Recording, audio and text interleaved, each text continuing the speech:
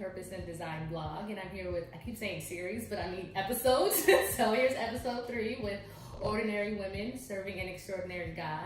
And I'm here with Dr. Dene Starks today, guys. Hey, everybody. Right? We finally got her. Leilani, she's here. She is the owner and founder of Diversif-I Education Group. She's also an author, a speaker, and an entrepreneur. And we've met, youngins. growing up in church. And our grandmother, my grandmother, mom, your dad's a pastor, and you have sisters that we grew up with. Your brother. Right, yes, your brother. I totally forgot about him. Or Ron. Oh my gosh. Exactly. Wow, yeah, we're old. I'm sorry. You're not old. It's old. The situation. Right, there we go. So, yes, let's introduce, I will introduce Dene. So, hello. Hey, everybody. My name is Dr. Dene Starks, and like she said, I am owner and founder of Diversif-I Education Group. We are an education nonprofit. We specialize in adult education. We have many different programs. Check out our website at www.diversifi, with a I, not a Y on the end, diversifieducationgroup.org. Cool. Yeah, so we'll get that and put that out for you guys to check that out too. Yes. So, we start here with a series of questions Yes. to get to know who you are, and as a woman of God, and as a person who is on her journey with the Lord, and what you've been through, and how you've overcome things you've been through. So let's jump right in, right? Okay, so ready? Yes. Okay. Ready. All right, so how old were you when you found out about the Lord? When I found out about the Lord? Yeah. Well, I was born in the church. Right. So. Right. But your own real relationship where he was like real to you. Yeah, because that's a whole different. Right. I was like, I was born in the church. I just started talking to the Lord. Born into it. We got our own song in church. We got Christ. I know. Born in. But when I actually got a relationship with Christ was when I turned 30 years old. Wow. Yeah. And there was a situation that kind of brought me to a crossroads. Okay. Where I had to make a decision. I tried many different things. Even tried to consider other religions because I grew up in the church. Yes. And so I knew a lot of things and a lot of ways, just I wasn't interested in it. And just because I grew up in the church, I was never saved in life. And I didn't want to be saved. So, wow. I had zero interest in salvation. Wow. So by the time I turned 30, like I said, some different situations had happened, and I just came to a crossroads, and I was literally at home in my bedroom, sitting on my bed, and I was sitting on the edge of my bed just like this, like, what am I going to do? And I prayed. I said, I know you're real, because I learned all about you all these years. I need something. Yeah. So I need to have a better life. I need to have a different life. I need something. Yeah. And I've tried this, I've tried that, I've tried this and that, but now I'm here. Yeah. So those things didn't work. They didn't fulfill me, but I'm here now. So what do we do? Where do I go? Yeah. And so I just recited the scripture that I grew up knowing, the prayer of salvation. I grew up knowing it. I just never utilized it for myself.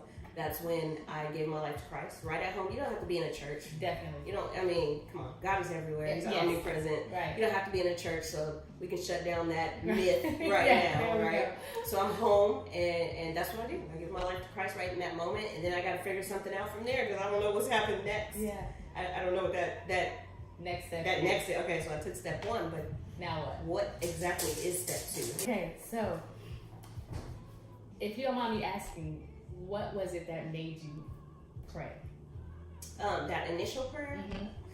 I just came to a crossroads. I fell out. Like I said, I went through some different things, and I fell into some sort of like a depression almost, and I just felt like my life was like nowhere. Yeah. Really. I had accomplished some things. Yeah.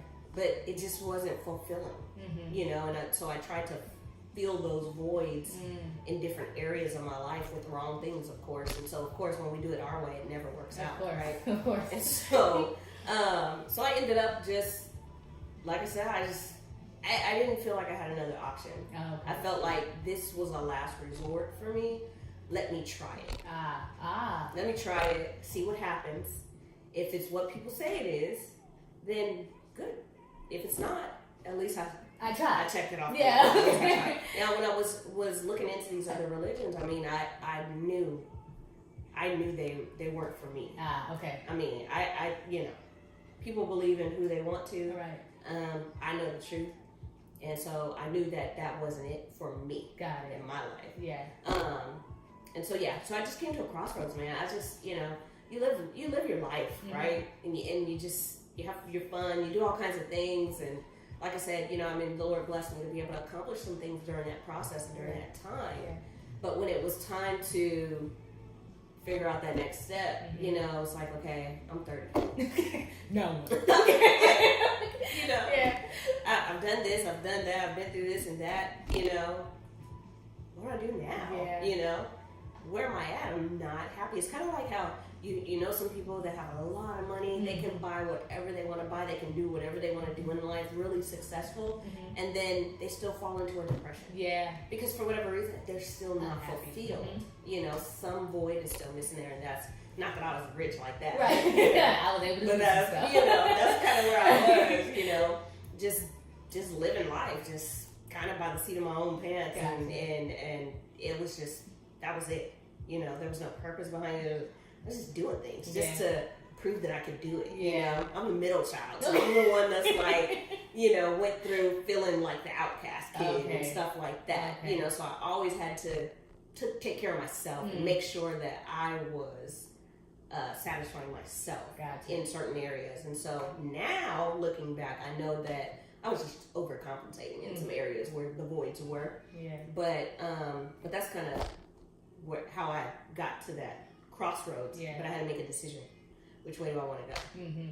Because when you fall into those mental traps like that, it's easy to take the low road. Yes. Right? And just give up. That's true. It is very, very so easy true. to do. It's very easy to do. All it takes is just that one thought, and then it sinks from there. Yep. Or you can take another road. When you look at the cross, it is a crossroads, right? And so we're literally in the center. Yeah. You're in the center, right? And you are trying to figure out which way to go. Yeah.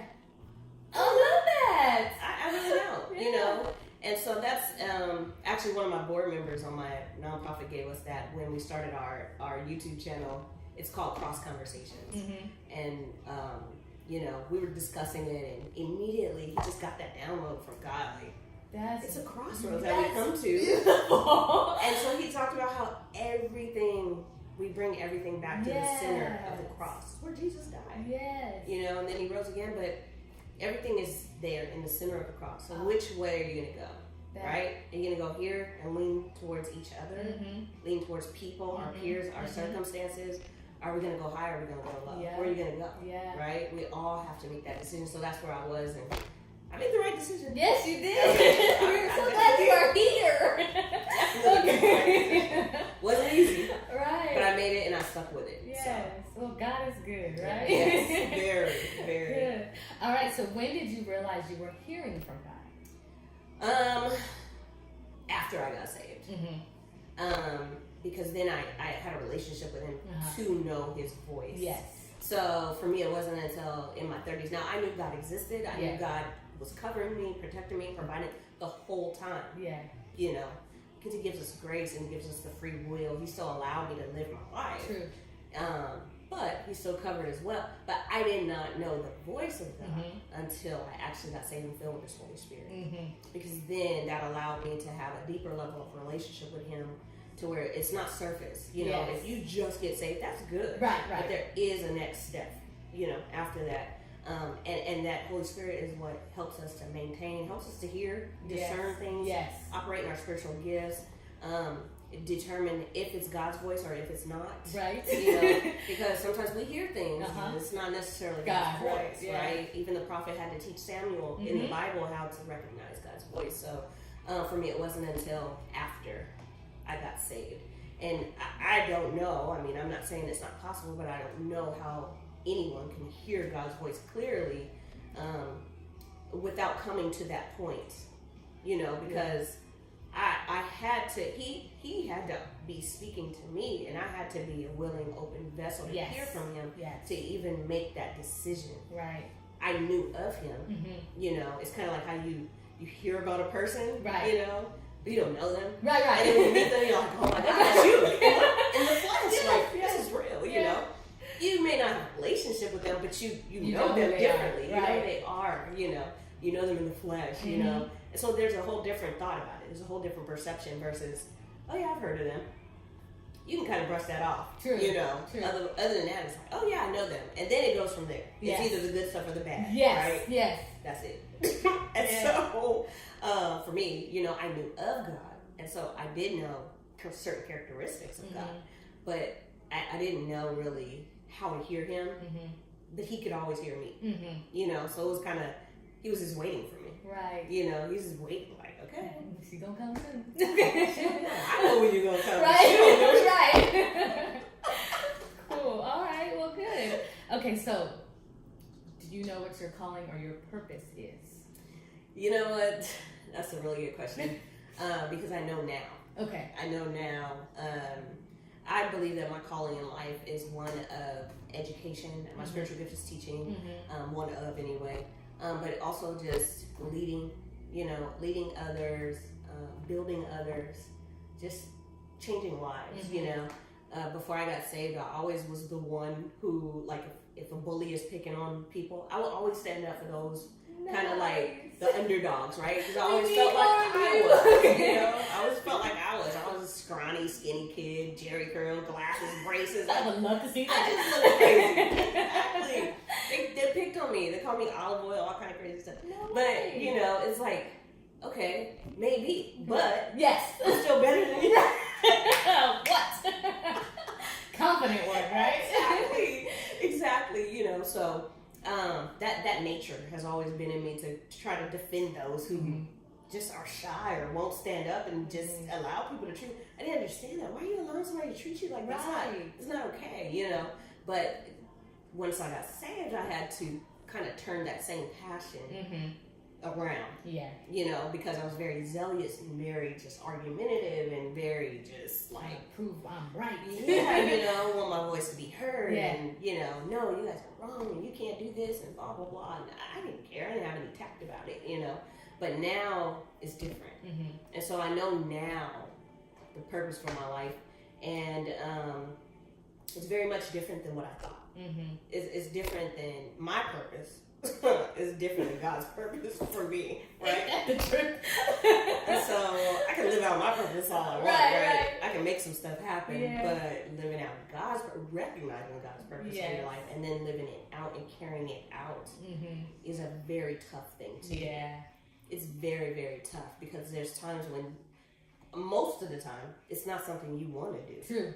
Right? It's not something. Once I started getting into, once I got saved and grew my relationship with Christ and became more mature in Christ, was able to get opportunities for teaching and speaking and things like that. It's hard. It was hard. You know, people would prophesy things over, and I'm like, that ain't right. I don't want to do that. I don't want to do. You know, people are like, how you gonna tell God what you want? That's my relationship. I do tell. I mean, not that right in a sense. Not that it changes anything, you know? But I mean, I come to Him with my heart and express to Him like, I'm not comfortable with that. Right. Why me? Right. You know, like, what are you doing? Yeah. You know, because we can't see the path. No, we can't. You know, you're literally walking blindly. But when you step out on faith and just go and start living out that purpose that God has for you, the outcome is different. Yes. The response is usually different, and you feel different. That is true. You are released, you are free. Right. You know, in a lot of areas, and you just feel different. Yeah. You know, and so it's definitely something that I believe it can take time. I mean, sometimes it's frustrating to try to figure out what am I supposed to do? What am I here for? Yeah. You know, you know what you can do. You know what you've been given the ability to do. Sometimes you don't know what you've been spiritually gifted to do. Right. And typically, you know, our purpose falls somewhere where we don't feel like we are at yet. You know? That is, oh my God. Like, a lot of times. Yeah, we sitting there looking like, what? Yeah, that's what it's like. I'm absolutely not qualified for that. Right. No. Right. You know, but once you become, you know, this new creation in Christ, you are qualified. You definitely, and you've been qualified. And you, quite frankly, you've been qualified the whole time. You just never knew. That's right. And so it is something that, and we have to unlearn some things as well. That's true. You know, because when we walk in our purpose, a lot of times people on the outside looking in will, you know, say you're acting like funny, or you're being prideful, or you're this, or you're acting different, or you're this and that. It's like, no, I'm just operating differently now. Yes. I'm just moving differently now, right? And I mean, if you can throw away a friendship or something like that because I'm in a different place and you're in a different place, not because this is where I want to be. I don't even want to be in this place, right? But I'm here, okay? I'm here. Because I either have to be obedient or disobedient to God, right? So at the end of the day, how you feel. Right. Sorry. I mean, you know, sometimes you can't absorb that. Yeah. You know, you can't absorb that and then make your life decisions based off of that. That's true. Or allow that to change what God's trying to do in your life. So, recognizing that call and doing all those things, I think for me to actually accept the call on my life, I recognized it not too long after I got saved, but accepting it was the hardest part for me. That was the longest journey for me, was accepting it. I didn't accept it for years. And although I've accepted it, sometimes I very much, not sometimes, all the time, I still have a hard time. Yeah. You know, when God says, go and do this. And you're like, and I'm like, you let sure? me make sure Yeah, okay, you sure? Right. Let me make sure I'm with you know, and not me. Like, I want to make sure that so confirm it, like, 1,000 multiple times. Yep. Because I just want to make sure. Yeah, I know. Yeah. I'm not doubting you. Okay. I'm saying, you know. And it got nothing to do with you, Jesus. I'm just trying to confirm I heard you right. I don't want to be wrong, you know. You know how we do. We do all kinds of stuff.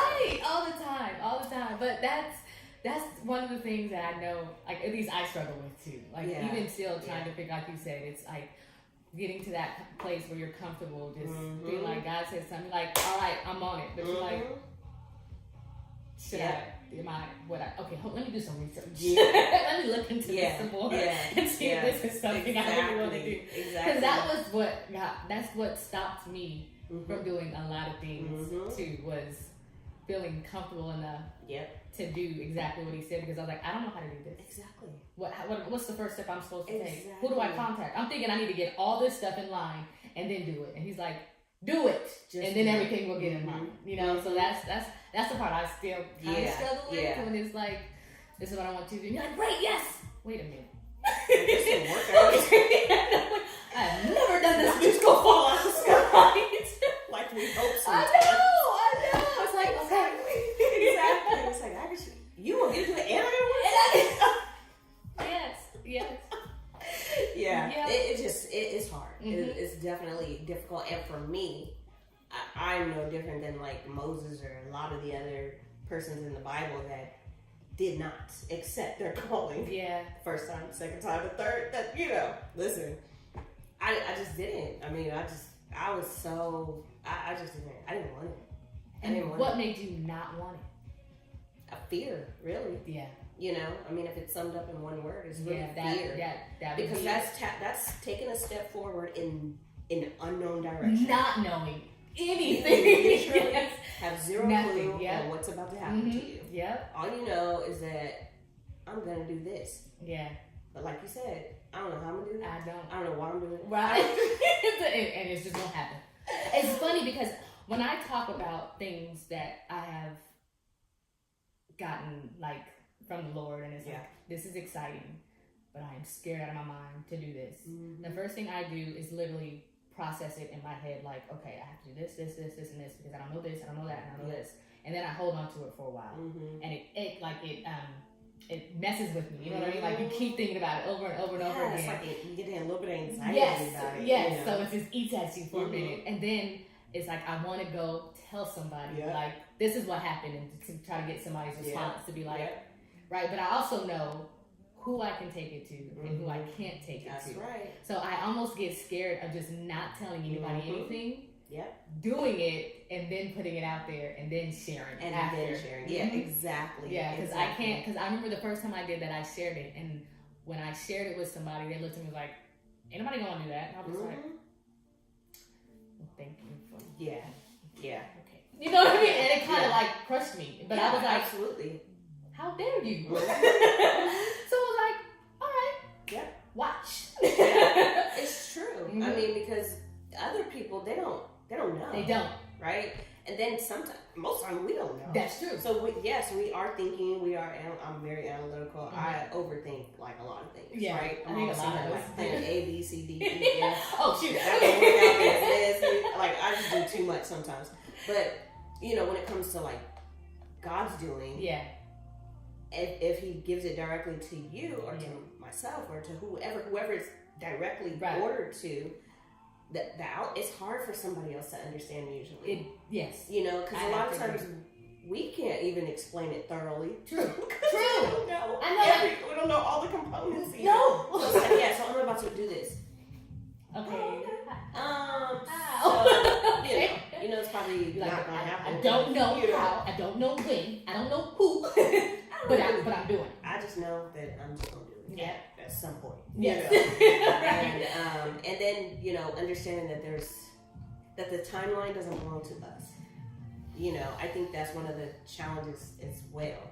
The timeline doesn't belong to us. Like I knew that I had my spiritual gifts, teaching and administration, and different things like that.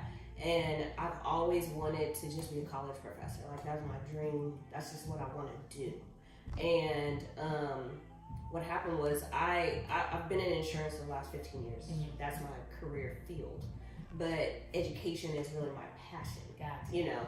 So if I could give up this career field to do education, I would do that's what I want to do, right? And so here I am in insurance. I mean, I was at a company. I had applied. It got to a point where I had applied for 17 positions within a 4-year span. I got 3 interviews and I got 0 jobs. And so I knew after a while, because you have, that rejection is hard. Yes, it is. And after each other, and you're qualified. Definitely. And then you see who gets it. Yeah. And you're like, you're like, really? For real? So after the last one, I was like, okay, well, I know that's not the path. Yeah. At least not here. Right. It's not going to happen for me. I'm not going to be able to move anywhere. It's not going to happen for me. So I have to try to figure it out because, I'm independent. I support myself. And so I'm like, okay, well, I have to figure it out. I can't be stressed out. I can't be worrying. Right. But I really had to deal with the rejection of not getting, knowing good and well I'm qualified. Yeah. But I just keep getting passed over. I got all these people, let me help you. Let me do this. Oh, I'll try it. I'll try it. Yeah. Nothing's working because guess what? They were never going to pick me. That's not. I was never going to be their choice, right? And so then the Lord opened up the exact same leadership opportunity I had been applying for year after year. Every time it would pop up, every time I got rejected over here, I got one interview with a company and I got the job in the leadership position that I wanted, right? So I'm just through the roof. Right. I'm excited. This is like where I want to be, right? Because I'm able to lead, I'm able to build, I'm able to help others. I had a mentor when I first started, when I first graduated college and got the career job, and she pulled all of us African Americans. It wasn't many of us, probably less than 10 at that time. Pulled all of us in her office, and she said, "Look, do you guys know about 401k? Do you know about this? We didn't know." Yeah. And we didn't know. We missed out on money for all these months because we didn't know, right? So she mentored us. And she told us she would call us for one-on-ones, and she would be the one to tell somebody like, "Don't wear that to work again. This is a professional environment, and let me tell you what you're looking like to them." Oh wow! She was a true mentor. She loved us, and she really just brought us under her wing. And she told us, she said she was the director. She was a Black lady, and it was just amazing to see somebody at the top. We wanted to ascribe to some of us, And so, again. She taught us, every time you go to a new level, you take some people with you. Because that's how we stay in community. That's how we stay connected. That's how we help one another. We build bridges for each other. Because sometimes in some environments, That's the only shot you have. So, so she taught us that. She instilled it in us. So I moved on to the new company, and I was over there. And this company, it was my dream for me. However, it was God's doing that He allowed me to go into this position. But the management and the company itself was very toxic. It was a very toxic environment. It was pure evil. Wow. The way some of these people operated. Some of the things they said. I had one manager say, "Why do you give your people breaks? We don't give our people breaks. We just let them go to the bathroom if they have to." I said, "Well, I would hope you did." Okay, like you really? Like, who does that? I was gonna say, who says stuff This like is like that? the pure evil type of things that happen there, right? And so here I am managing, and I got a whole group of people to protect, because otherwise they're going to get eaten alive by these people, which is absolutely not okay. And so here I am. It's very toxic. I'm stressed out. You know, stress can do everything bad. Okay. You know? And so here I'm praying, God, get me out of here. Get me out of here. I'm applying for jobs, thinking I'll just get another job. Yeah. In the meantime, October 2017, the Lord gave me to open my nonprofit and get it filed. He had me to get everything filed, get the name, get it all filed. And so I got it all done legally, got everything filed, done. November of 2017, this is just less than a month later, this is about 3 weeks later. 2 days before Thanksgiving, one of the guys in the office, he came to my office and he said, "Dene, help me, something's wrong." And as soon as I stood up and took 2 steps, he dropped to the floor in my office, had a massive stroke, right? It was me and him on the ground. I called 911, did everything that I could possibly do, but it ain't much, because, you know, you can't stop the stroke. Like, I can't stop the stroke. No. And so he, you know, I kept him talking, and at some point he just wasn't talking anymore. And I'm looking over him like this, like, "Are you alive?" You know, like, right. I'm like, "Say something, please." I'm like, I have to maintain my composure, right? Because I got people looking now through the window and through the door, like, what's going on? You know, everybody thought he had a seizure, but he didn't. Paramedics and things came, they got him to the hospital, thank God. I mean, the whole story is just a pure 1000% miracle of God, because even when he got to the hospital, they gave him the medication to stop the stroke. Well, he had some complications. The stroke wasn't stopping, he had a bigger stroke. Oh my God. Landed himself in a coma. Went before my eyes on the ground. He literally went paralyzed on his left side, and face distorted. I mean, everything they say that a stroke can do, it happened. But the good thing is this is what I'm saying, it's a miracle, because the timing of it all, like 3 hours before that, we were standing at the desk talking to each other about Thanksgiving, because this is 2 days before Thanksgiving. We're standing there talking, and he's like, "So what are you doing for Thanksgiving?" And we're just, it's a normal time like we normally do. Nothing different. I ended up taking a late lunch that day. So by the time I came back from lunch, this probably happened about 15 minutes after that. And so I was there, you know. But I said, why do you walk past all these people in this office and come to me? Yes. Like, why would he do that? Right. Do you know what this did to me? Like, okay. Because now I gotta deal with, you know, like, now I'm the one looking at this. This is scary, Yeah. you know? And so, all these thoughts are going through. But I know from just, you know, my upbringing and the church background and the type of upbringing we had was, you have to just move on. Like, you keep moving forward. You don't show signs of anything. You just, you have to just keep going. Well, it came to a point I couldn't keep going because my heart is racing. Right. And I'm having nightmares. Yeah. And I'm like shaking, and I'm going through these things because I just saw this old man go completely unconscious, and it's just me and him on the ground. And so a couple of days later, you know, I went to, this happened 2 days before Thanksgiving. And then Thanksgiving, so we were off work. And then that Monday I went to the doctor, and my doctor told me, she said, you know what? She hugged me, actually. I told her what happened. Because my blood pressure was so dang high. Okay. You know? She was like, she just bring it in. I'm telling her everything. I was like, I don't know what's going on. Yeah. And she said, that was very traumatic. Yeah. And you need to, this is post-traumatic stress disorder. You need to get ahead of this, because if you don't, you can have triggers and things that happen and you won't know how to handle them. You need to get into therapy now. Wow. And so she prescribed me some anxiety pills, which I wasn't comfortable taking because I felt like I'm not a medicine person like that, so I didn't know what I didn't know what it was going to do to me, and I was afraid of that. So anyway, I ended up, after some months, I did not go to therapy right away, but after some months, I kept working and everything, and after some months, these people were still evil. I mean, they didn't stop. Wow. I mean, everybody's like, "Oh my God, you saved his life!" You putting all this light on me, not them, right? But the people in our direct office.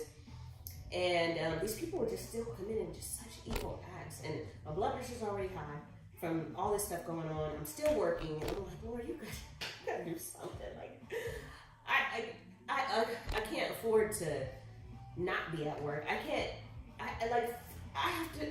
gotta figure something out. And I kept saying me, like, I have to figure something out because I didn't feel like God was hearing me. Get me out of here. I just want to teach. That's all I got. I just want to teach. Like, it's not going to be this bad. It's not going to be this toxic. I just want to teach. Like, I know that that's my passion. I know it's this and that. Like, I'm just having these sessions with God where I'm just crying and I'm like pouring out to Him. But I'm still not getting the help that I need, because this was a really bad situation. Yeah. I've never been in a situation like this before. And so it impacted me.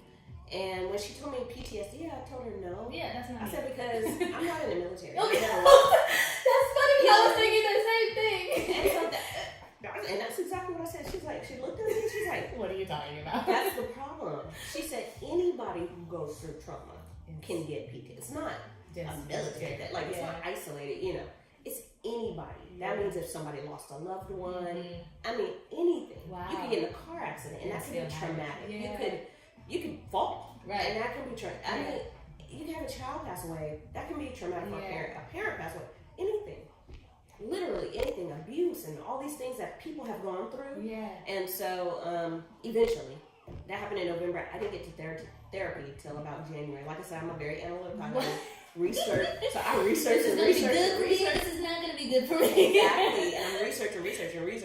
Like, who do I go to? I don't know what to do. I've never been to therapy. It wasn't supported, I guess, in my upbringing. It wasn't an option. It wasn't talked about. It wasn't even in the church. Like, it wasn't like, here's some good resources if you go through X, Y, and Z. True. It wasn't like that. Yeah. So for me, I didn't know, right? And so I had to figure it out, and I did. Thank God. I mean, I prayed, and I'm like, God, what do I do? Who do I go to? Yeah. And I didn't want somebody talking about science and chemical imbalance, because I didn't have all that. I don't have a disease. I don't have a mental illness. I just need help for this situation. Yeah. Help me recover from this situation. Yes. I've been in this toxic environment for 2 years now. Oh, wow. And on top of that, this thing happened on top of that, right? And so I remember talking to my mom, and she said, wow, the Lord just really, I was telling her about the incident. She's like, wow, the Lord really just made His way of escape for you through that. I was like, what? I'm still working here. What are you talking about? Like, I don't even understand. And I didn't get it until now, of course. So in spite of, even the doctor didn't take me off work until February of 2018. So this happened 2017 in the end. Doctor takes me off work. There was some different things that happened in the middle. Again, toxic environment. So they did things very wrong. Wow. Doctor took me off work in February, and he told me, he said, I am appalled at the behavior of what's been happening and what's been going on, the way things have been handled, I mean, the doctor was completely shocked, because people who hear the stories, like, this can't be these happening. people did what? Like, in California they did it? Like, it's unbelievable. Yeah. Wow. And so, while being off work, I had to focus on getting better, in my own mind, getting better. But as I was focusing on the trauma and learning tips and tools through therapy, I was able to recognize how my path and my plan, right, the way that I planned it, because like I said, I'm just going to apply for jobs and I'm going to get another job. And God's plan was like, no, you are not going to do that because I have a different plan for you, right? And so had that stuff not happened that way, my plan, either I would have been stuck right there still and stressed out. I mean, that's my blood pressure. This is how bad it was. It got to the point my blood pressure was 193 over 113. And the doctor said, you can have a stroke just like he did. Yeah. They were very concerned. So it was just one of those things where I had to make a decision like, okay, I have to take this seriously and I have to do what's best for me, right? And so I'm going blindly into this thing because I don't know what's about to happen. All I know is I'm off work, like, God, what are you going to do about my finances? I'm looking at my hands like, what? This is not fair. And so then I was angry. Like when you go through PTSD, you do go through these stages. I think there's 5 or 7 stages of PTSD where you're angry, you go through grief, you're sad, you're this, you're that. I didn't understand this stuff. This is all blind for me. Like, but God knew the whole time. And guess what? When I bring you out of this, you already did the foundational work, right? So the organization is already set. It's already set up. So all you need to do is get through this, right? And then you'll be able to walk through the already open doors. And so the doors now, like, had I still been kind of in the structured hours of work and in the toxic environment, I wouldn't have been where I am now, where I'm in an area where I have a nonprofit. Our nonprofit is an education group. I am teaching adults, which was my passion, which is to be a professor. I'm still doing exactly what I've always dreamed and what I felt like my purpose was, but God's purpose actually aligns with mine, I'll say. Or mine aligned with there we his, go. You know? I'm like, how do I say this? I was like, well. Yeah. So he kind of allowed me, right? Yes. Kind of to have a little bit of my way. Right. But then, of course, he has his way. I only get like 2%. He gets the whole 98, right? And he hears us, you know, on what like, we want to do. That's nice. But the how, and like we said, how are we going to get there? Like, we don't know, right? But all I do know is that, well, you can't give up, right? Because I would be no different than the person on the street banging their head against the wall. Had it not been for that. My therapist said something to me. She said, how do you come in here week after week telling me these things that are happening? Because again, you know, I was still working there for a time. And she said, how do you come in here and you sit so calm? And you're, I mean, I just don't understand, you know? And I said, I have a relationship with Christ. So it's kind of like my outlet was prayer. My outlet was just in times of frustration, God, you have to fix this. Yes, because I cannot. Because you know, if I do it, it's not going to work. We're going to be right back to the circle right here having this conversation. Again, so I need you to do something. Like, I'm so, like, lost. I don't know. This stuff's I've never been through this before. Like, why am I going this way? Like, why is this happening to me? I mean, I really had an experience, but the entire time, I didn't realize the entire time, although I felt like that situation messed up my life because it threw me off my path, right? Because I always made a way for myself, right? Now I'm put in a position where I sometimes, like, I'm having forgetfulness. I'm all these things that's related to post-traumatic stress disorder because it does impact your thoughts, right? Sometimes you're just emotional. Yeah. Like for zero reason, right? Like, you know, no, it's not that time. You know, like I'm just having a moment. Like, I'm having, you know, and you have to try to figure out what works for you. You count backwards from 100. Like, I don't know. Like, sometimes that didn't work. I would count to 95. And I'm like, oh, this is stupid. I'm done counting. This is done. Okay, I'm go outside. Right. And so you have to figure it out. Yeah. But I do know that, you know, God's purpose is what it's going to be, right? You know, we have our ideas, we have our thoughts. He even allows us to have our own considerations, right? You know, but at the end of the day, it's going to be what it is. And so he was so good. I mean, like I said, that whole situation was a complete miracle. Taught us some things through that situation, but also one thing the only thing that I had to hold on to was my faith. the Bible talks about having a mustard seed, and that's Yeah. all you need. Listen, Yeah. that mustard seed is gonna shave down. I bet to like something that you could not. Okay. Sand. Right. Piece of powder. Right. Something. I mean, unbelievable. Yeah. Unbelievable. So, Just yeah. that little bit.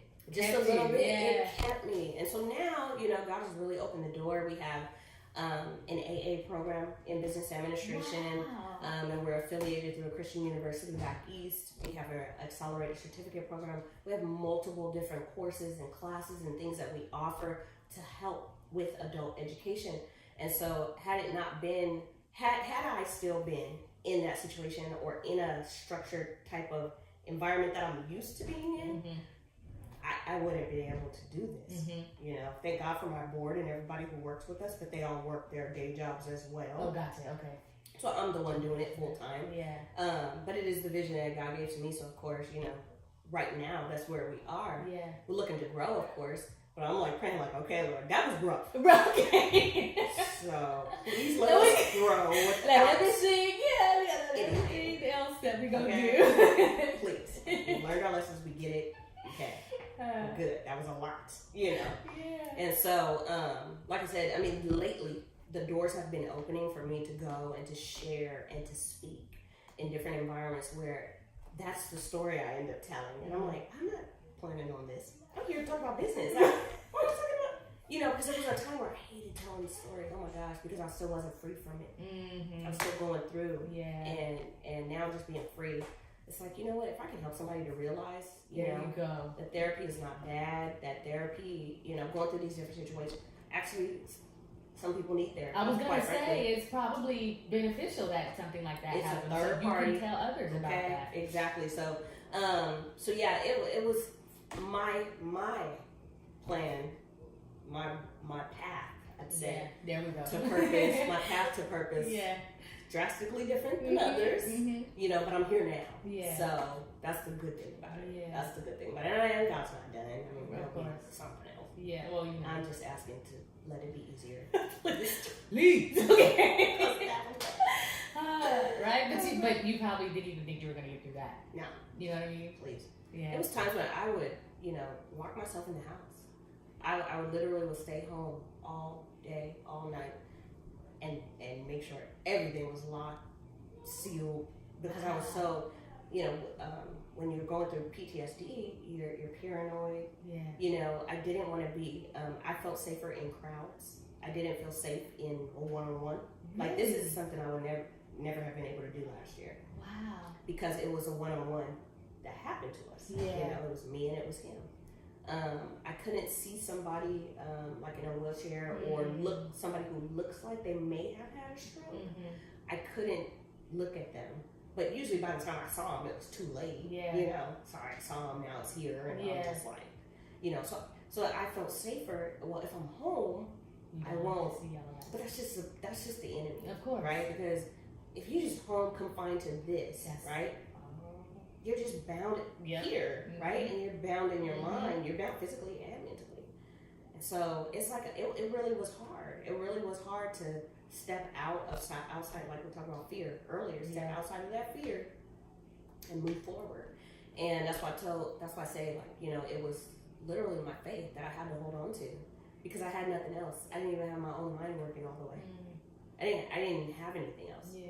So all I had was God. That was it. Like, literally it. Nobody else could fully understand. Right. Most people don't even know the depth of the story. Right. Most people don't know definitely all the things that I went through during that period. Yeah. But people look at you, and you share little bits, they look at you like, what? Mm-hmm. How could you have done this or done this or done that? Because through it all, I still made some major strides. Yeah. Through the process. But I wasn't connected to the strides, right? I even completed my whole dissertation and did my what do you call it? The defended my dissertation, and even after I got the doctorate, I was like, Great. I wasn't connected to Wow. it, right? And those are all things that are a result of, those are characteristics of the post-traumatic stress disorder. You become just desensitized a little bit. You kind of separate Like yourself. Yeah, you're numb. It's almost like you only see this, you don't see these, right? Mm-hmm. So my therapist gave me some instructions. She said, here's some homework. I want you to write down, this was towards the end of last year, she said, write down everything you accomplished during the year, in spite of everything that happened, yeah. Write it down. And I didn't do that right away. I took about maybe a month or two, right? And then I started, and I was like, you know what? I'm gonna write it. I just started writing. Yeah. And then I was writing, and as I'm writing, I'm thinking and just writing and thinking. Before I know it, I had all these things. Yeah, that happened. And I was like, wow. But I didn't say, I did this and that. The first thing I thought of was, God, you did this and that. Wow. You did this. Right. Because I felt like God kind of took my mind away from me. Probably. Like, Okay. I'm like, I know there's no way. I know that. Right. You know, I literally gave him Yeah. credit because give him the credit. Because Yeah. there was zero way I could do that stuff on my own. I had to have a driving force. I had to have a support system that was 10,000% there for me. You know what I mean? Which 100% of the time, God was there. You know, sometimes we don't see him when we're going through it. So we have these blinders on. Because all we see is our situation, our circumstance. But he was there the whole time. And he kept me, and he kept Mark. I mean, because I prayed, I said, Lord, I'm not going to be able to handle this if he dies. Right. Yeah. Okay. I'm going to need you to do something. I don't know what you're going to do, but I need you to do something. Yes. So, and Mark he's recovering well. That's good. He's not fully there yet, you know, But still, but he's not where he was. Right. I can tell you that. I mean, God is good. God is good. Yes, he is. And so I'm just really, really blessed to have come through that, because now I'm in a position where, like I said, the opportunities that are coming, I'm ready to talk about this because I don't think I'm here for this. Right. But it kind of turns that way sometimes. But it becomes a blessing and a help to others. Yes. You know, to let them know, like, you're not weird, you're not this, you may not even have a disease. Right. Right? You know, people hear terms. Yeah. You just have a situation. Yes, something happened. I would love to be able to have people understand that. You know what I mean? It's like, I even, like, my daughter has a friend, and he's a young boy, and he has been diagnosed with something, and he takes medication for it. And I'm like, I don't know what has happened to you to make you believe there's something wrong with you, because literally, like, I mean, mind you, I don't know your life, but I know if I'm looking at you right now and seeing how you're acting right now, stop holding on to the things that people have told you prior to that. That's right. You know what I mean? You can be so much more than what they've said you have or what you are, because that is just something that they say so that they can throw some stuff at you and say, yep, let's just keep him coming, let's give him this and make him look like he's better. But it's like, I even asked him, I was like, what do you like when you're not on medication? He's like, well, I'm like, well, try it and see how you really feel without it, because if you're just taking it just to take it at this point, like, what good is it really doing for you? Like, just see. Just see. Just try it. Yeah. Just try it, because I'm sure this was probably something that happened long ago that they just kept up with because they don't know how to deal with what happened to you. Yeah. So, yeah, because I was like, he just needs some attention. You know what I mean? You know, people just act certain ways to get attention. It's true. You know, really, you can clearly see that that's what it is. I'm just like, if he just had somebody to talk to, like in a way that was more of a conversation versus okay, how is this? What do you know what I mean? Sometimes those settings aren't even what you need anyway. So it just hurts my feelings, like you said. It's to be told you have something versus have gone through something. Yes, you know? Those are two completely different things. Totally. Having an actual diagnosed disease or illness, as they call them these days, is completely different than just going through a situation. Right. And actually having the experience of this, and this. Right. You know, those are two different things. They are. But what we hear when we hear, oh, I went through this versus I have this, you know. Yes. It sounds different. Oh my and so gosh. in our brains, it like digests different. It cycles is different. It's yes, it does. Oh, so I have something? Yes. I'm going to have a disease. I'm going to die. Like, yes. I mean, we get to tripping. Oh my We get to tripping. We do. Okay? So, cycle. you know, but God is good. Like I said, I mean, God is so good. And just through going through that and kind of Him directing the path, you know, it's opened me up into the community where we need these services. Yes. We are the ones who need to know That is true. that it's okay. That is so The true. church needs to know that it's okay. Our communities, our blacks and brown and minority communities, we need to know that it's okay. Yeah. Because many of us have gone through different traumatic situations. And we just move on with That's life. right. Like we were taught. We just move on. But guess what? I have an opportunity where now I have a mentoring group for young girls, ages 9 to 12. And some of the things that they share, some of their experiences, some of these girls have gone through some traumatic things at such a young age. And I stopped and I said, first of all, I was just like, God, what are you doing? Because I do adult education, right? I'm normally working with adults. Yeah. And so here this opportunity comes to work with children, and it's like, okay. Now, but what I found out is that the issues are the same, right? But they started somewhere in the adults. Yes. They started somewhere. Yes. And so now I'm able to see where those gaps are, you know, and the Lord has given me some insight and some things to create some programs and some different things to fill that gap. Because just because you are a product of this at age 9, 10, 11, 12, whatever it is, 5, whatever, doesn't mean that you have to grow up and now be in your adulthood where we are, but still be surviving from the same thing. The trauma then or from the things that happened then, right? Because that's what we do. We don't live life. That's true. I mean, the Bible says live it and live it abundantly. That's why, one of the reasons why Jesus died, right? So you can have like really good life. But half of us don't. We don't live. We're just trying to survive. We're just trying to survive work, or we're trying to survive school, or we're trying to survive our circumstance at home, or we're trying to survive this and that relationship. We're not living. No. We're not. We're so numb to some things, and sometimes it takes that big situation to, start to shift your mind and recycle everything that's going on in your head, you know.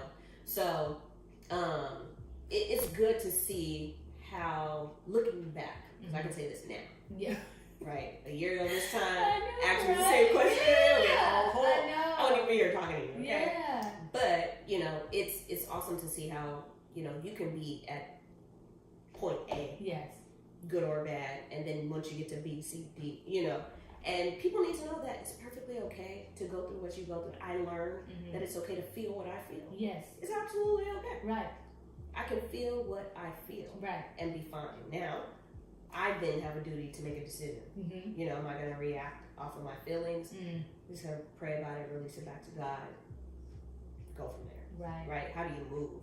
Because at the end of the day, there's some calling on your life to show purpose on your life, right? So if you react certain ways, right, your fruit ain't gonna look right. People gonna be like, okay, really? Okay. I'm not really trying to fool with that. Right? You know, I don't want no parts of that. No, thank you. I don't want no parts of that. Yeah. Okay? So, it's quite the journey that I've been on, but you know, what they say back in the day where kids, like, you go to the fire and you come out as pure gold, you know. And I can say, like, I mean, going through the fire, you know, you do come out definitely stronger, better, a little more refined, you know, way more refined. You can think clearer, you see different. Yeah. I mean, now I'm able to even recognize things like that I couldn't recognize before. Like, man, that person's really struggling with this, you know, or that person's really struggling here, there. Instead of judging. Yeah, instead of judging, I've been there before, so I know. I know what it is, you know. And so, not for me to necessarily approach them or anything like that, but I'll pray for them. At least how you know, pray for them. And so, I see how God has just taken all of that, just to bring it all back to Him, of course, but then to allow me to also be where I originally wanted to be in the first place. You know, and so I'm very grateful now. Like I said, some time ago, I couldn't say that. I'm not like Paul, you know. I'm not there yet where he's all, you know, I take glory in my afflictions and things. You know?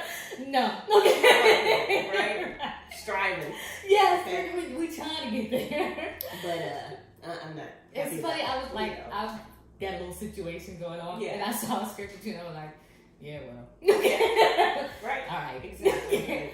All right. Maybe tomorrow I'll feel a little better. Right now it sounds good. But exactly. Yeah. You know, and I can say, like, your obedience to God, even through the process, is very important, because even as I was going through that process, there would be days where I'm having, like, I didn't know what it was at first, Mm-hmm. but I remember I saw a person in a wheelchair, and I froze.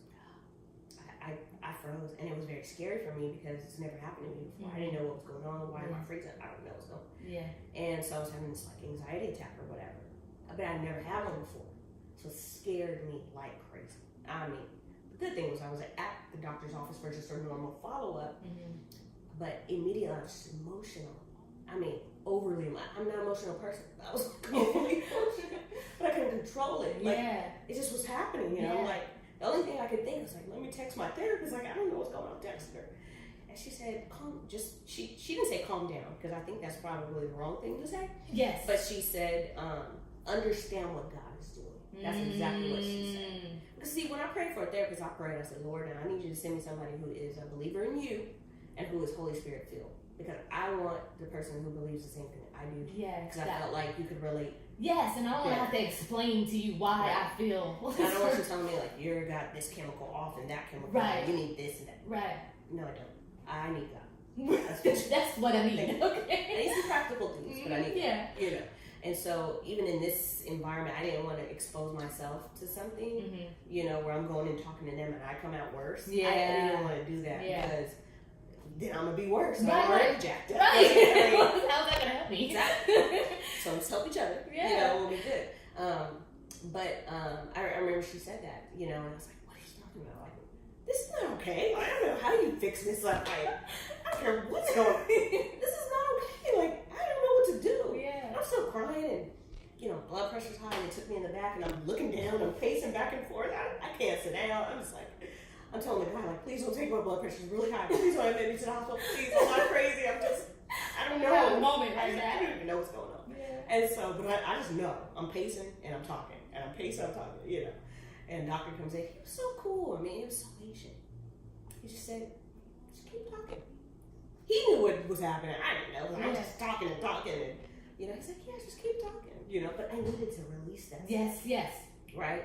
And so I equate that even to us, like as body of Christ and as saved persons going through life. Yes. Sometimes we talk to the wrong people, right? But you need to get in that confined moment with God and just keep talking. Oh my God. Like keep telling him what's going on. Keep telling him your heart, how you feel. Yes. Release it from your mind. Right. Right? Because all this and what's you. in, what's in here.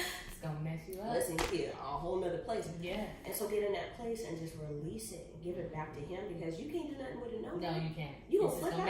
It's gonna mess you up. You gonna flat out go crazy. Yeah. Okay. The stuff some of us have gone through. Yeah. It is only God that we didn't go crazy. Definitely. The 5150. I know, right? Not just people think you're great. Yeah. You know. So yeah, but being obedient. So even in that, I mean, having this panic attack on a Monday, I gotta preach on Sunday. How do you do that? I said, Lord, I'm not going to do this. I'm going to have to call somebody. I got to call somebody, okay? Because I was like, nope, I'm not doing it. I'm not doing it. You're not going to have me up there? And then I mean, it's like a real conversation. Seriously. Because now I'm scared. Yeah. I didn't even know I could do that. Right. I didn't know I could react that way. Yeah. So now I'm scared to do anything, you know, and anything extra. So, you know, so I just said, but I still was obedient. Good. You know, in the process, I still had that much in my mind to be obedient, right? And through the process, which I think helped. Yeah, of course. It's like, okay. Yeah. And it's really an accomplishment when you can't think straight naturally, but you can still function all the way. Yeah. That's like not supposed to happen. Right. You know, so there is a God. Of course. You know, for anybody who doesn't believe, there definitely is a God. Yeah. Okay, let's knock that out. Right. You know? And there's definitely still a God who just loves us that much, give us that much grace to cover us, keep us in our right mind. In our right mind. Even when we don't feel like it. Right. So, yeah. So it's kind of where I've been. Yeah. Well, shoot. Hey. But it's by His grace that we got here.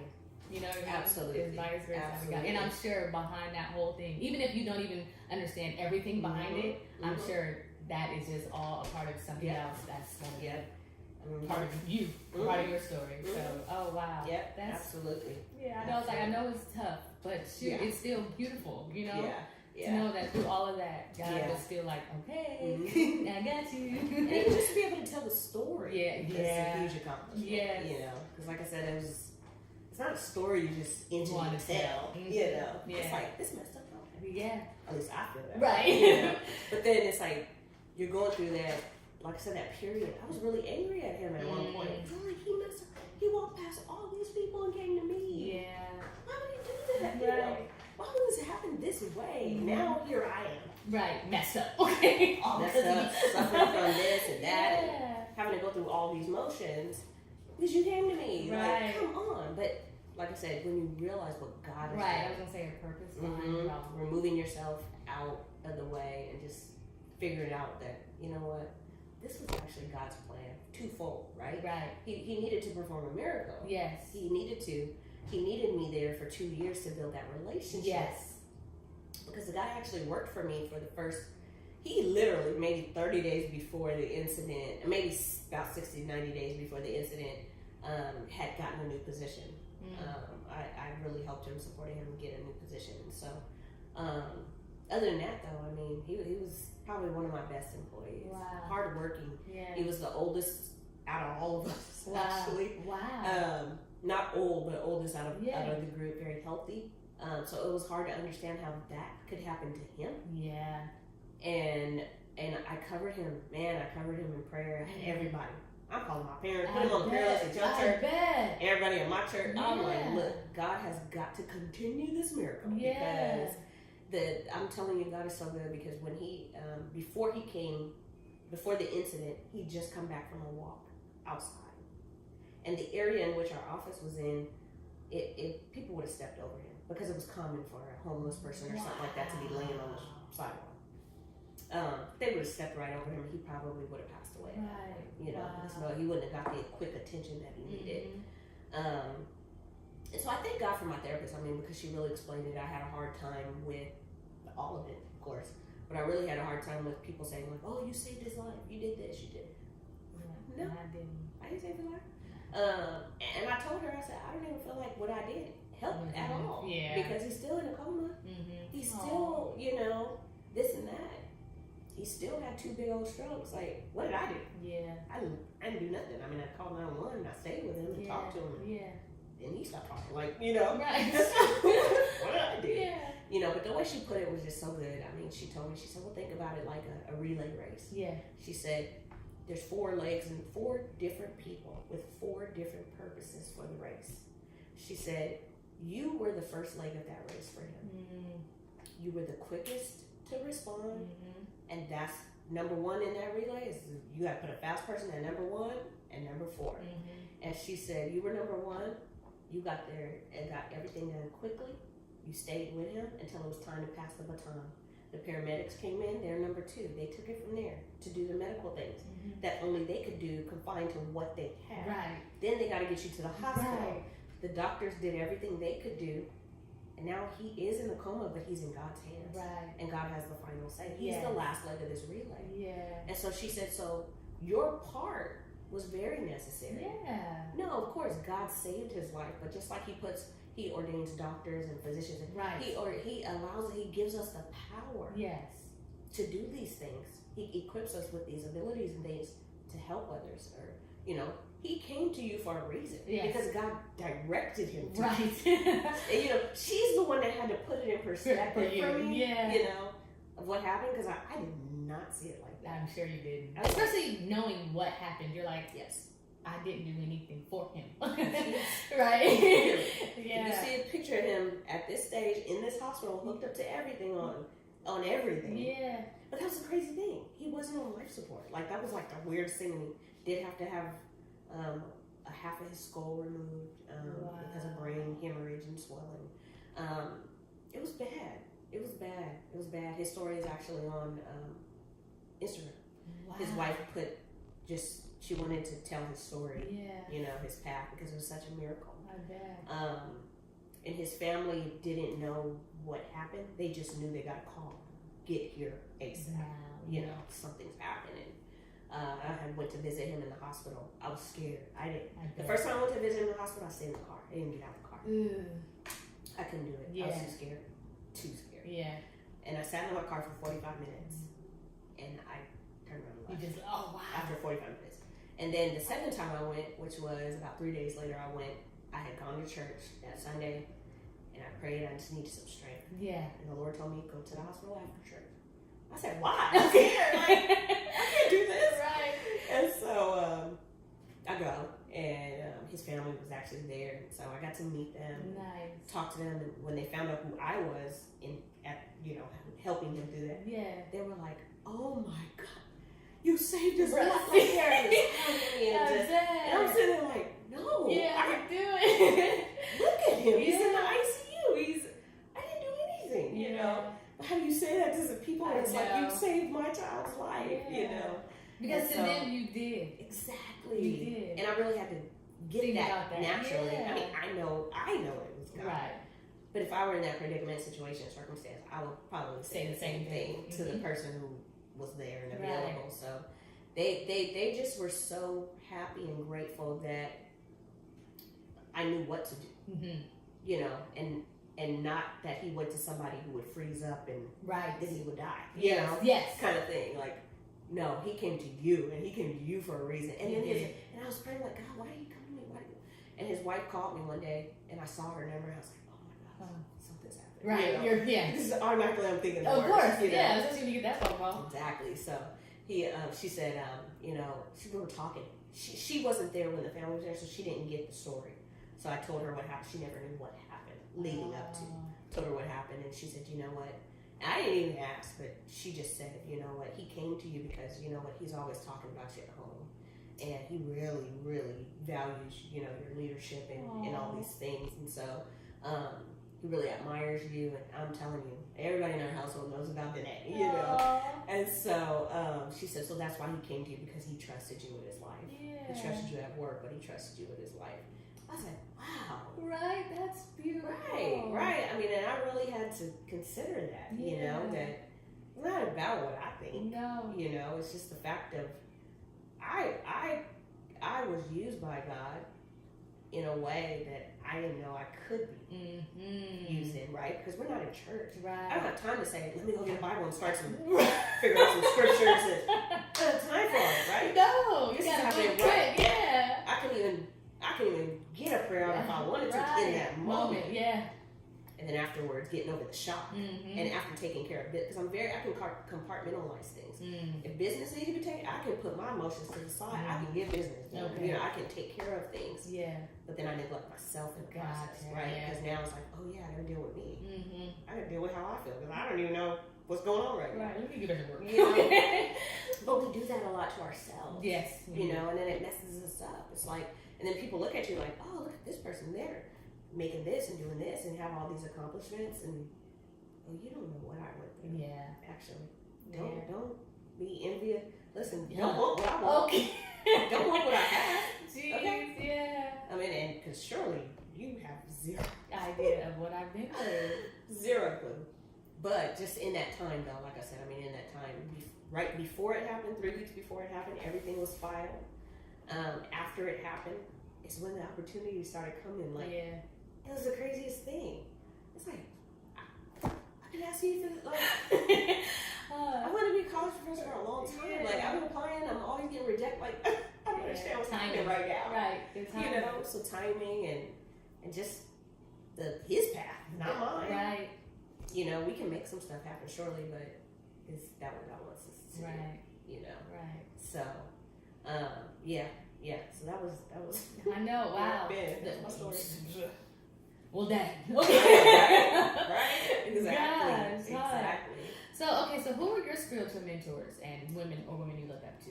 Oh my gosh, I do have spiritual mom, and her name is Evangelist LaShawn Dorsey. Oh, you too? Yeah, LaShawn Dorsey, yeah. And I think she's kind of taken a lot of us under her wing, right. At least at church, you know.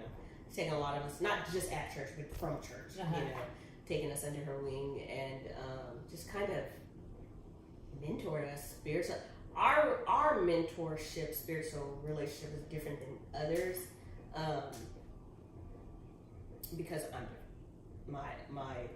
she knows my path. Yeah. It's always different. So, and so our relationship is different, but she's definitely a spiritual mentor. I have a business mentor as well. Okay. I have a guy that I met back at when I was in my career job in insurance, and he was the managing attorney. He was from Texas, and he taught us so much, man. He taught me so much anyway. He kind of took me under his wing and taught me the business side, the corporate inside information kind of thing, you know, and I was like, wow, if I ever start a business, it's definitely going to be legit. Now you got all this information. You know, he's taught me well. Yeah. So, you know, but he really just inspired me to, you know, really push me and inspire me to go beyond this. Like, he always said, you're going to be one of the ones that's actually going to be okay. No matter what happens, you're going to be okay. He always told me that.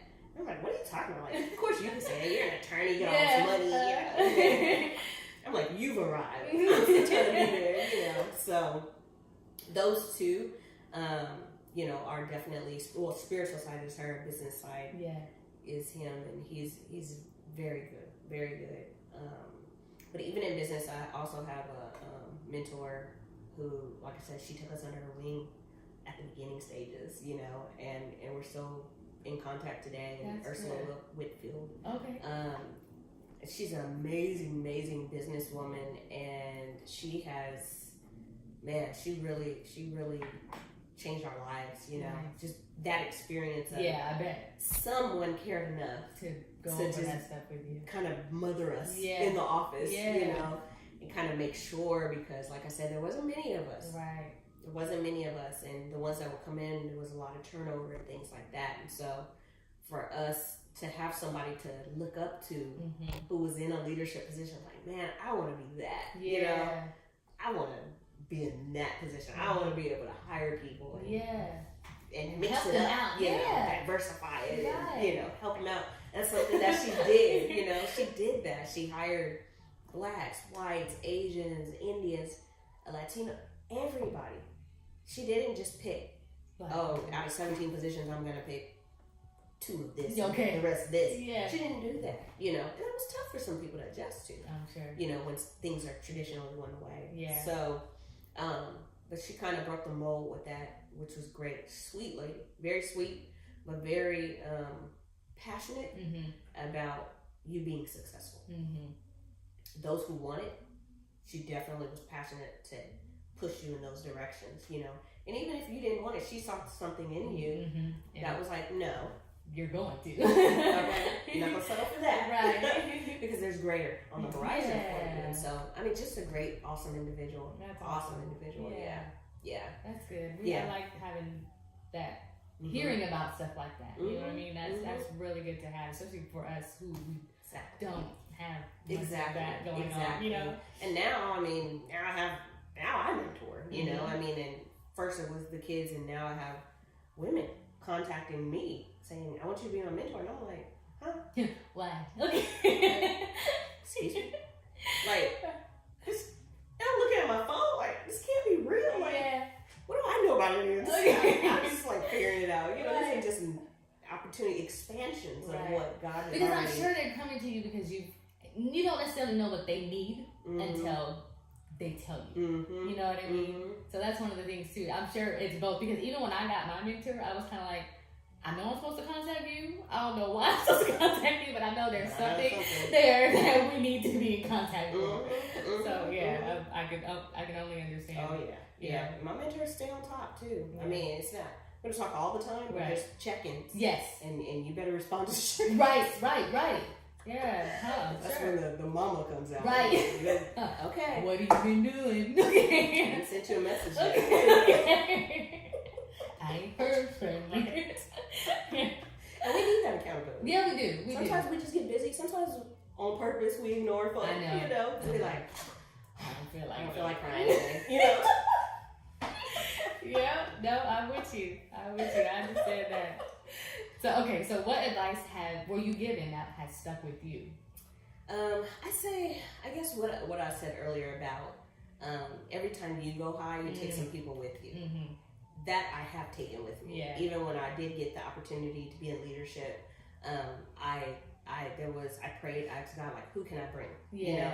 And there was 3 individuals that the Lord gave me to bring.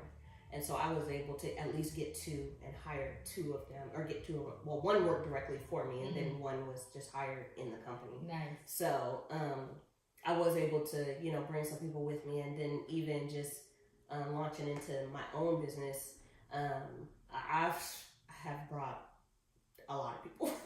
That's good though.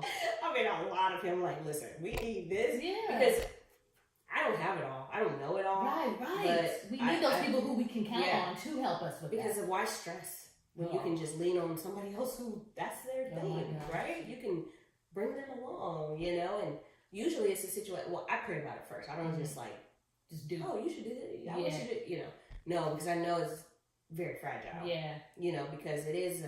We're not considered a faith-based nonprofit like a church or things like that, but your beliefs are my personal beliefs, and their personal different ones, and so we got to make sure that people are operating ethically and not going to put anything in jeopardy for legal reasons and things like that, but also to make sure that all the bases are covered. So why should I stress about accounting when there's an accountant? Right. You've been accounting for a long time. Like, you know what's up. Right. So, it's so cute.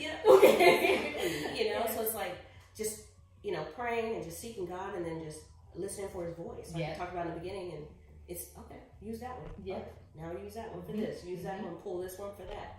And that has worked. I mean, when the scripture talks about the blessing of the Lord maketh rich and addeth no sorrow.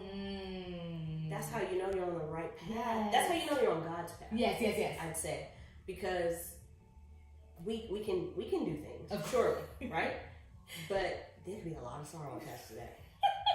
Headache, stress, right? Why? Blood pressure all high. Right. I mean, some of the things that happen are very tragic and traumatic, even in business.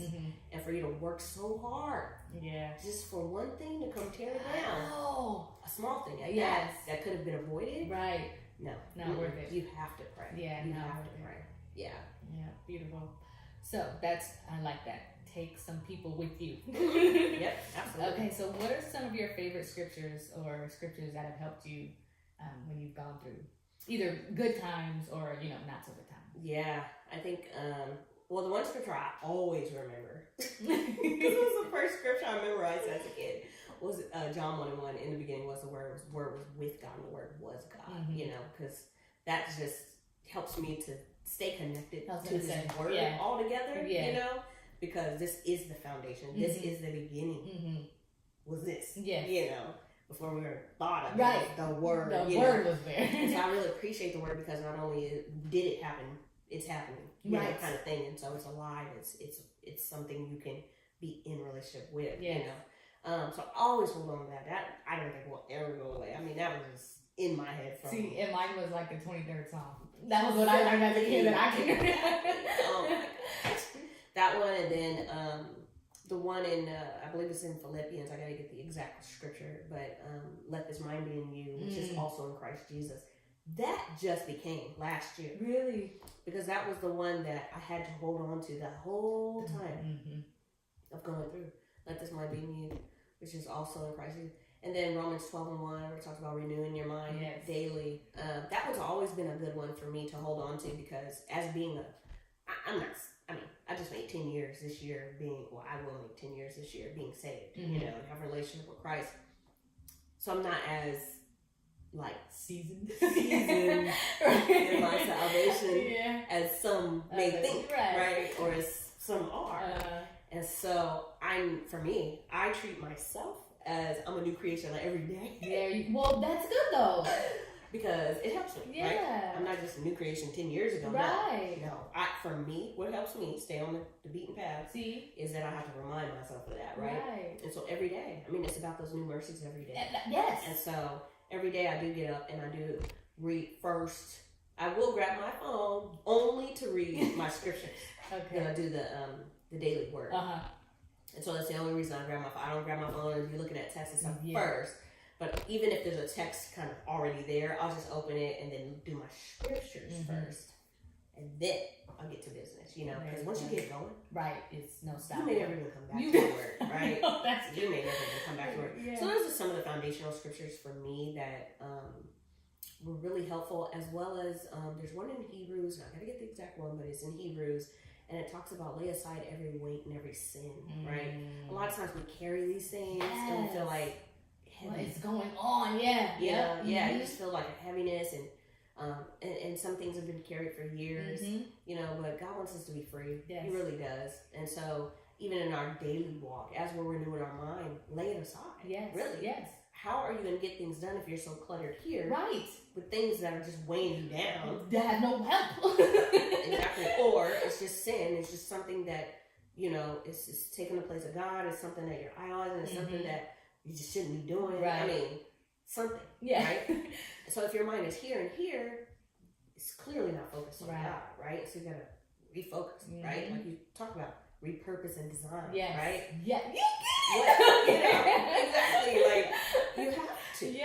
You have to, and that's not a one-time final thing, right? No. That's something that we are continuously doing. We're continuous work, and so we're continuously doing that. And so it's okay to go through and get free from these things and get your deliverance, and then for God to resurrect something else, right?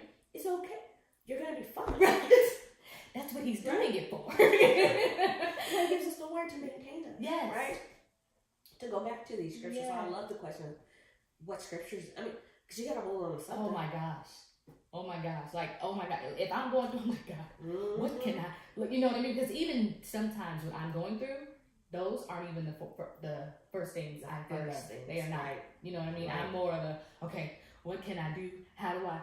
Jesus. Okay, and then it's like, okay, maybe I should go to, you know what I mean? Because that panic sets in, and it's like, wait a minute, remember who you are, remember whose child you are, so crazy. Right? We do, we do that. Like we don't go first to that.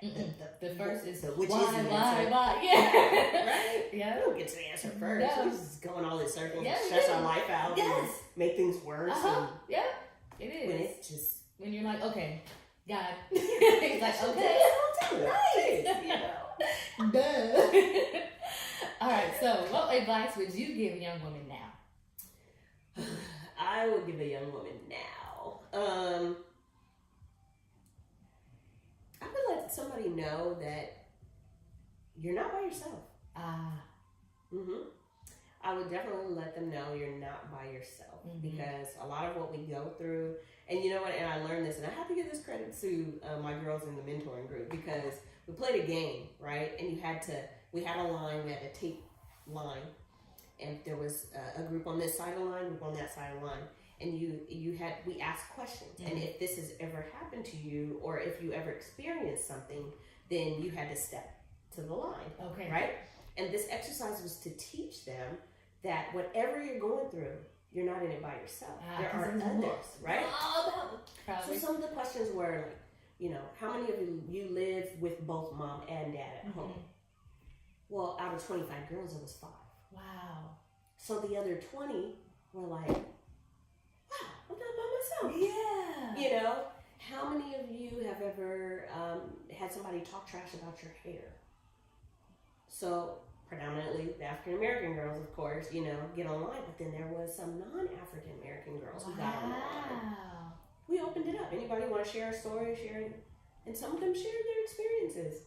And so it brought some, you know, awareness that, wow, it's not just me. It's not just Black women that get talked about for their hair, but other races too. You know, have you been bullied by someone here at the school? Step to the line. And I'll tell you the truth. With that question, there was one girl. She probably the tiniest thing in there, right? One girl, she stepped to the line, and I said, do you want to expound on that? Yeah, I just don't like what she says, and blah, blah, blah. You know, she's going in. Is the person in the room? You don't have to say. No, you know. Well, I'm not scared anymore. Her. And she walks right up to the girl, and the girl's standing there like this, you know, attitude. And she walks right up to her, and she boldly says, I don't like it when you talk about me and you tell me I can't play with you at lunch. I just want to be your friend, and I don't know why you don't want to be my friend. And that was it. So asked the girl, do you want to respond? And the girl was like, she's embarrassed now. Yeah. Right? Because she's been the bully. Right. She's not expecting this girl to come confront her. No. But she knows she can't do nothing to the girl because we're all in there, right? Right. So it's a safe place. Yes. And so she looks at her and she's like, no, I don't want to say anything. So we go through the remainder of the day, go through the remainder of the session, and we switched over to a different exercise. And on this particular exercise, and I believe adults need to do this one too. They probably should. But it's a face. And on half the face, this half of the face, you write down what people see when they look at you. Mm-hmm. Right? On this half of the face, you write down what's on the inside that people can't see. How do you really feel? Mm. Two different things. So everybody wrote it, and then we got in our circle and collected everything. And I said, okay, I'm going to read these. No, don't read mine. No, it's okay, it's safe. I'm not going to read identifying information. Right. I'm just going to read the answers because there's purpose behind this exercise. Right. And so I'm reading the answers, and one girl, she didn't write anything about what people see. She wrote everything about on the inside of her, how she felt about herself. And she put, I'm stressed, I don't like myself, I think about suicide, and I'm depressed. That's what she put. Wow. And so we stopped. Anybody want to talk about this? Anybody have a response to what this person feels? And one girl, she raised her hand. She said, I just want to say whoever wrote that took a lot of courage. Yeah. So congratulations to you. Nobody knew who it was. I knew, but nobody knew. And so the little girl who wrote it, she raises her hand. She says, I wrote it. And she talked about her story of why she felt that way. And she currently was in a foster care situation. She talked about it. And then she said, my life is messed up. You're talking about a 10-year-old. I know. A 10-year-old, okay? So then, these girls just rallied around this girl. So one girl's like, I'm in foster care too. The other girl, me too. I've been in foster care for as long as I can remember. So she smiled. This girl ain't smiled the whole time. Oh my she smiled. God. She's like, what? You too? Like, you too? And so they realized the point of the exercise. This is the purpose of this exercise. You're no different than each other. You may look different. Yes. Your hair may be different. You may dress different. You may come from a different circumstance, environment. But you are no different. We're all the same. We all go through the same stuff. We all go through similar things. Or we all can relate to something. Yes. You know. And so she smiled. So by the end of the session, it was a pretty heavy session. Some things came out, you know. And so we had to get you know, all some that. fun after. Out of it. So afterwards, you know, gave out some candy and stuff. And they were like, Miss D, this was fun. Can we do it again? And the other girl was like, no. Right? Kind of emotional. Yeah. But what did you learn out of this exercise? That was the question. Well, I learned I'm not here by myself. I learned that I can be friends with other people. I learned, you know. So it was great. It was a powerful exercise. But what it was that the best part about it, the little girl that had approached the bully, by the end of it, nobody gave instruction on anything. Nobody mentioned anything after she confronted her and she had nothing else was said. Yeah. This little girl walks over to the girl and she said, I just want to apologize. I really like you. I was just being mean. She apologized to her. Wow. So that's exactly what I would tell another one. Yeah, yes. Like, you're not by yourself. Yeah. Don't ever feel isolated. Don't ever feel like what you're going through is dumb or weird or like you have to deal with it on your own. Yeah, be isolated because it's in those times when you force yourself to be by yourself, your idle mind starts working. That's when these depressions sets in. That's when they say, listen, there's an enemy out there that is trying to get your mind so that he can take you out. Yeah. So if you allow him to do that, right? We know the outcome. Yeah, right. You don't be here. Yeah. So, but that's what God's plan for you. Right.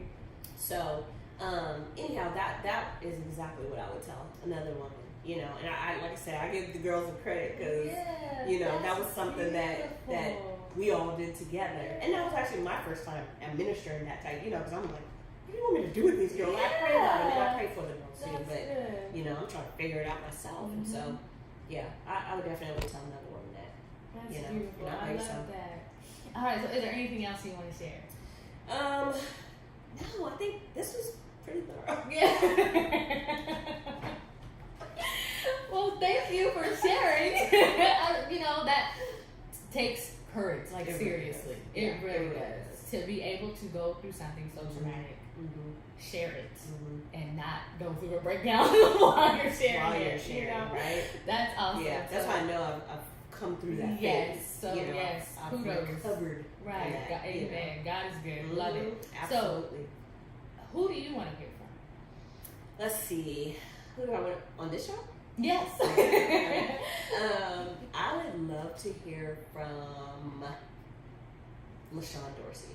Okay. Yep, I know you've heard her name a couple Right. times probably now. They looking for you, Miss LaShawn Dorsey. You probably gonna kill me, but yes, I said your name, so expect a call. Right? Yeah, no, I think she's just a phenomenal woman, spiritually and naturally. I mean, she's made it. Her story is amazing. God's brought her out of so much. Mm-hmm. You know, she's from South Central LA, and she experienced some things down there, and she made it out. She didn't allow her circumstances to keep her in that environment and keep her bound up until she made it out. She's just like this phenomenal woman at this point. So I think she has a story to tell, and I think it needs to be told. Yeah. And I think it's purpose. Yeah. I mean, the purpose of this is exactly for women like her, you know, to come and share. So she actually shared with the girls yesterday, and some of them want to be doctors and nurses, but currently some of them are living in kind of situations like she grew up in. So being able to overcome that and grow up and be just successful and then empower others, and then come and give back to these young ladies, it was so impactful. And there was some breakthroughs that happened. I mean, it got to a point where she was just sharing, answering questions, and someone had to get up and walk out so she could, because it just so was much. so, but she related to it, and the girl got a breakthrough. See, this is how I know you don't have to, and this is what I even shared with her yesterday. You don't have to go beat people over the head with the Bible. No! You carry the Spirit of Christ, the light of God on you, right? Yes. So things are going to happen in unknown places, right? And so we're at a school. We're in a house. And breakthrough is happening. Like, we're at a whole school. Like, we're in a neighborhood. With and breakthrough. kids.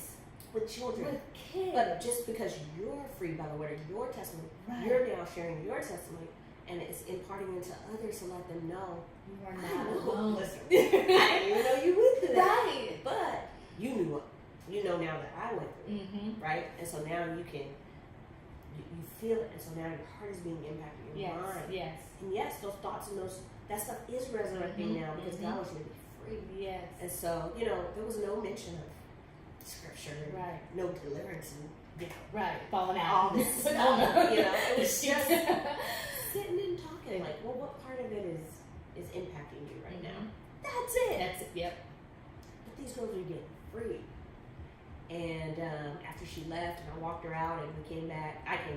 The girls were like, Miss D, oh my God, we love her. I just want to talk to her one-on-one. I was like, yes, she's been listening to talk already. Yeah, exactly. So I would say get her on here. Yes, ma'am. Okay, they calling you out. Absolutely. I'm gonna let you know I did it before you see it. But you're like, who is this girl calling? I know, Do you know somebody's name? Okay. Oh yeah, I meant to tell you about that. She's coming for you. Because I am. Exactly. All right, so do you have any questions for me? Yes.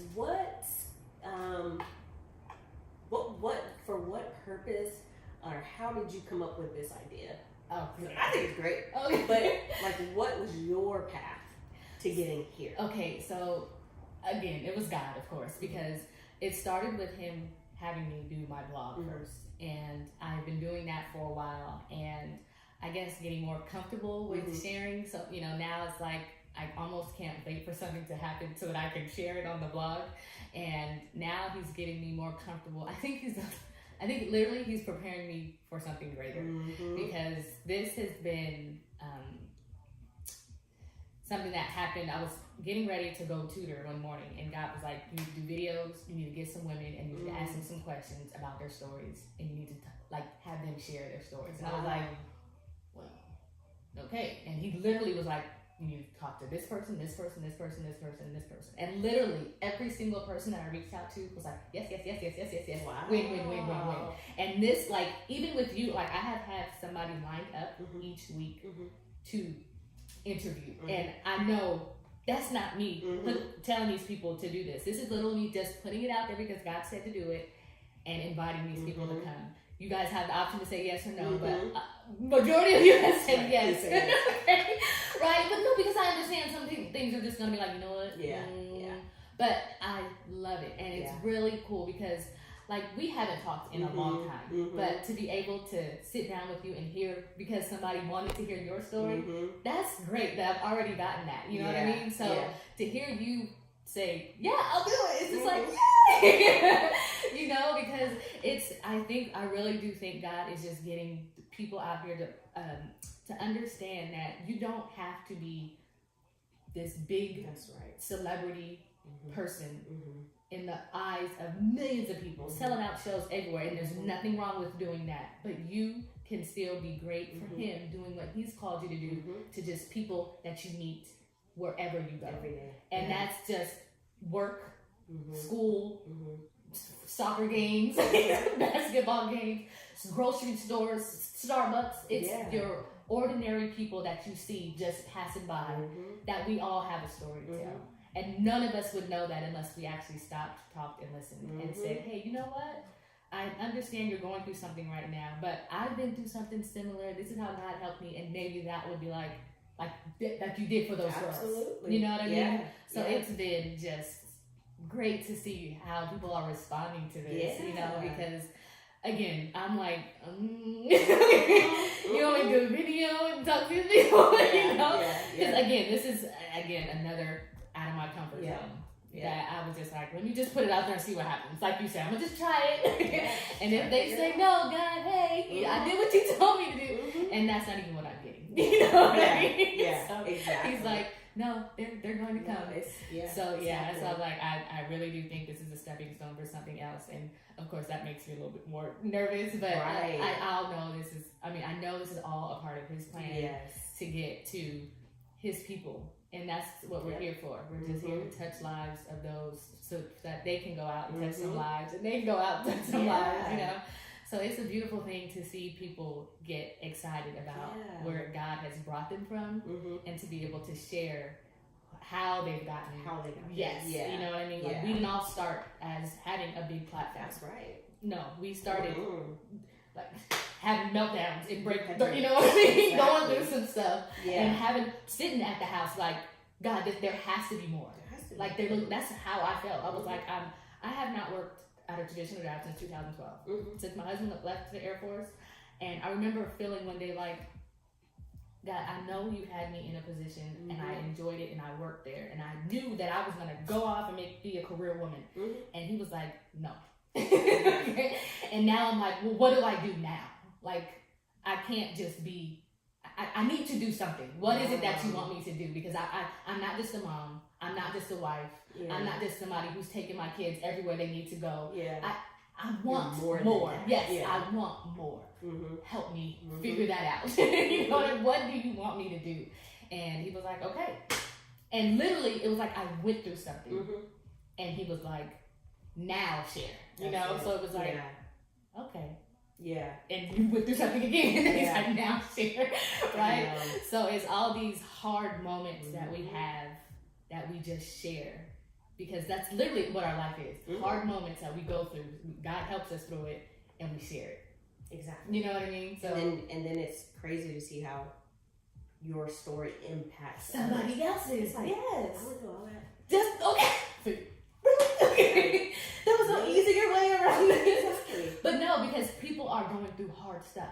They really are. That's it. They really are. It's just hard stuff that we're going through. And even if it's not hard to you, it may be hard for somebody else. You know? And like you said, like for you, that was hard. It was real hard. You know what I mean? It was hard. But I'm sure there's people who have gone through that and like, I've seen that happen multiple times. You know what I mean? But they could be the ones to help you. You know what I mean? To hear that, oh yeah, I see that. You know? I have had the ones who said, you know what that, but you know what? never knew there was a word for what I felt. See? You know? See? Like it's really a learned experience. Right. When you don't come from it. Right, being like, normal. okay, Mm-hmm. you know. Yeah, right. Yeah, it's really a learned experience. So, yeah, that's awesome though. I think this is amazing. I'm going to share it with everybody I know, you know, because I think this is amazing. And like you said, I mean, there is a platform for everybody. You don't necessarily need to be Oprah, right? You know, you don't necessarily need to be right there. You go out there. You know, at that stage, you don't have to have a ride yet. You know, but you have a story to tell. Yeah. And so whatever it may be, that's inspiring. Yes. You know, I think it's great. Thank you. I appreciate that. Yeah. And thank you again for thank coming you for and sharing. This is great. Yeah, I'm glad you enjoyed it. Yeah, this is So great. cool. This is great. Yay. I know.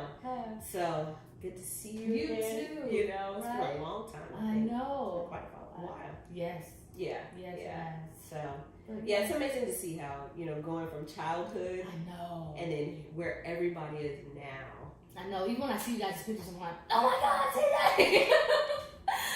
There he is again. You know, yeah. So it's crazy because, like, I follow Crystal, I follow Kina, and of course I follow you. So when I see your pictures of your family, I'm like, oh my God, your mom, your dad. You know what I mean? So seeing you guys, it's really cool. It is. Well, thank you so much for this opportunity. I think this is amazing, and I really pray that God blesses this. Yes. And takes it to just wild levels. Okay.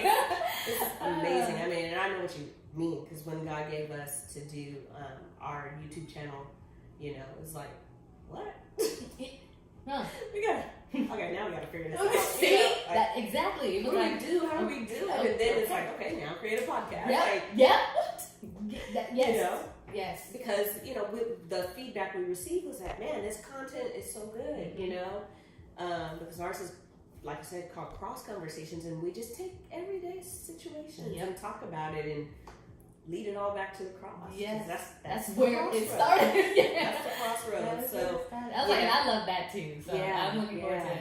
Oh, I need to get your information for that so I can get that out there for everybody. But again, so I hope you guys enjoyed this episode with Dr. Dene Starks. Yes. And okay, so I'm gonna say your name again, Miss LaShawn Dorsey. Is she sister? She's minister. She's evangelist. But, I was like, sometimes I she don't want like to to get go to okay. You know. Well, Miss LaShawn Exactly. Dorsey. Okay, you have been summoned again. Okay.